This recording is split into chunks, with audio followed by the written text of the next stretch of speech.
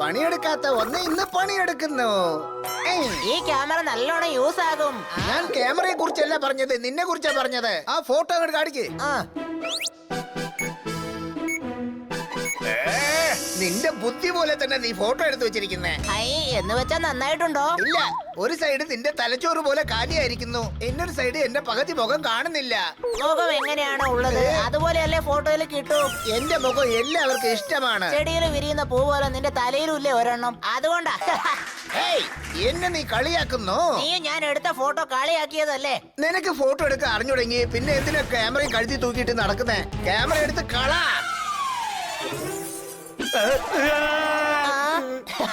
നീ ശരിക്കും കഴുത തന്നെയാണ്. നിന്റെ ക്യാമറ ഞാൻ എടുത്ത് കളഞ്ഞിട്ട് നീ ചിരിച്ചോണ്ടി നിൽക്കുന്ന. എടോ, അവൻ എന്തിനാ ചിരിക്കുന്നതെന്ന് വെച്ചാ ആ ക്യാമറ അവന്റേതല്ല, മേഡത്തിന്റെതാ. മേഡത്തിന്റെയോ? ഇല്ല.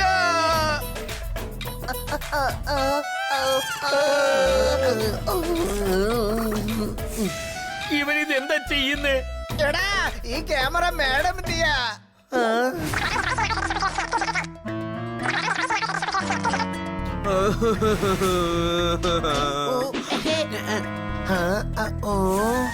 മാഡമിന്റെ ക്യാമറ ആരാ പൊട്ടിച്ചത്?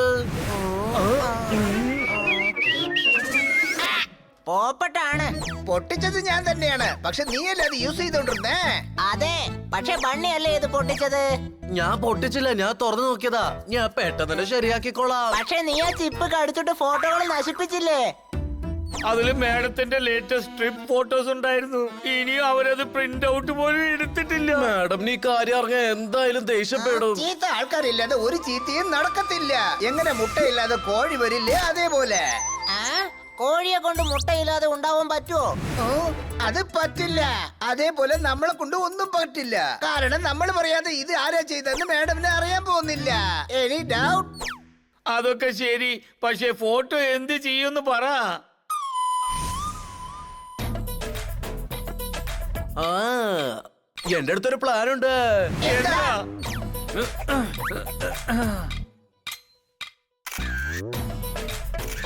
മാഡം എവിടെയൊക്കെ ചെന്നാണോ ഫോട്ടോ എടുത്തത് ആ സ്ഥലത്തൊക്കെ നമ്മളും ചെയ്ത് ഫോട്ടോ എടുക്കാം. ചിപ്പ് മാത്രമല്ലേ പൊട്ടിയുള്ളൂ, ക്യാമറയ്ക്കൊന്നും പറ്റിയില്ലല്ലോ. അപ്പൊ ഞാൻ മാത്രമല്ല, എല്ലാ പൂച്ചകളും കഴുതകളാണെന്ന് എനിക്ക് ഇപ്പൊ മനസ്സിലായി. മേഡത്തെ ഫോട്ടോ എടുക്കാൻ നമ്മളെ കൂട്ടിക്കൊണ്ടു പോയാ അവര് ചോദിക്കത്തില്ലേ?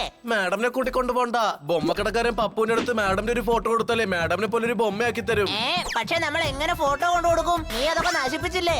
കഴുതേ, വീട്ടില് മാഡമിന്റെ ഒരുപാട് ഫോട്ടോസ് ഇല്ലേ? കളിപ്പാട്ടം ചെയ്ത് റീക്രിയേഷൻ ചെയ്യാം. അല്ല, പക്ഷെ അവരെങ്ങനെയൊക്കെ പോസ് ചെയ്തത് നമുക്ക് എങ്ങനെ അറിയാനാ? ആ ഫോട്ടോസ് കണ്ണാ സാറാ എടുത്തത്. നമുക്ക് കണ്ണാ സാറോട് സഹായം ചോദിക്കാം. അതെ, കണ്ണ സാർ നമ്മളെ എങ്ങനെ സഹായിക്കും? ഇമോഷണൽ ബ്ലാക്ക്മെയിൽ ചെയ്ത് സഹായം ചോദിക്കാം. എലി കഴിച്ചു, എലി കഴിച്ചു. പൂച്ച എലിയെ കഴിക്കുന്ന ഒന്നും ഒരു പ്രശ്നമല്ല. നിറയെ കൺട്രീസില് മനുഷ്യന്മാര് എലിയെ കഴിക്കുന്നുണ്ട്. കൈതട്ടു.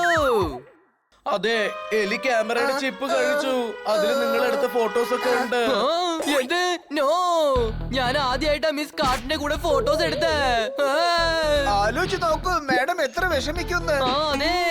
ആലോചിച്ച് നോക്കൂ മാഡം എത്ര അപ്സെറ്റ് ആകുമെന്ന്. അതെ അതെ, മാഡം എത്ര അപ്സെറ്റ് ആവുന്നു ആലോചിച്ച് നോക്കൂ. അതെ അതെ, ശരിയാണ്. കന്നാ സാറ് ശരിക്കും പെട്ടല്ലോ. എന്താ പറഞ്ഞേ? ഒന്നുമില്ല, അവൻ പറയുന്നത് കേൾക്കണ്ട. അവൻ ഒരു കഴുതയാ. മാഡം അപ്സെറ്റ്, ഒബ്സസ് ഇതൊന്നും ആകരുതെങ്കിൽ നമ്മൾ ആ ഫോട്ടോസ് ഒക്കെ റീക്രിയേറ്റ് ചെയ്യണം. അത് നിങ്ങളുടെ സഹായം അല്ലാതെ പറ്റില്ല. മരത്തിനടി നിന്നാ കിട്ടും ഷേഡി. നിങ്ങളെ സഹായിക്കാൻ ഞാനിപ്പോ റെഡി. കൈതട്ടു.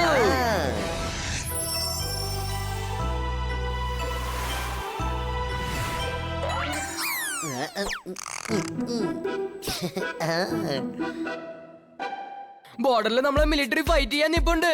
പക്ഷേ മിസ് കാർട്ടർ നിക്കായിരുന്നു ഇരിക്കുക.